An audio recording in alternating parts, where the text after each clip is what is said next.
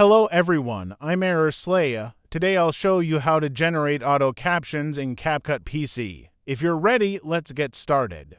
After your video is ready to add auto caption, click the text button above. Then click on Auto Caption from the tabs that open on the left. Don't forget to select the language spoken in your video from the Spoken Language section. Then click Generate. The generation process may vary depending on the length of your video. Let's wait for it to finish. As you can see, auto captions have been added. Now let's customize them. Click on any subtitle. Then click on the Text tab in the top right. If you check the Apply to All Main Captions box, any changes you make to one subtitle will be applied to all subtitles, such as changing the font or color. Let's look at the final version.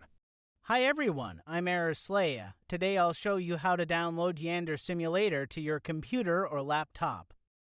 As you can see, the audio and subtitles are synchronized. I hope you found the tutorial video on how to generate auto captions in CapCut PC helpful. If so, don't forget to subscribe to the Slaya YouTube channel and like the video. Have a good day.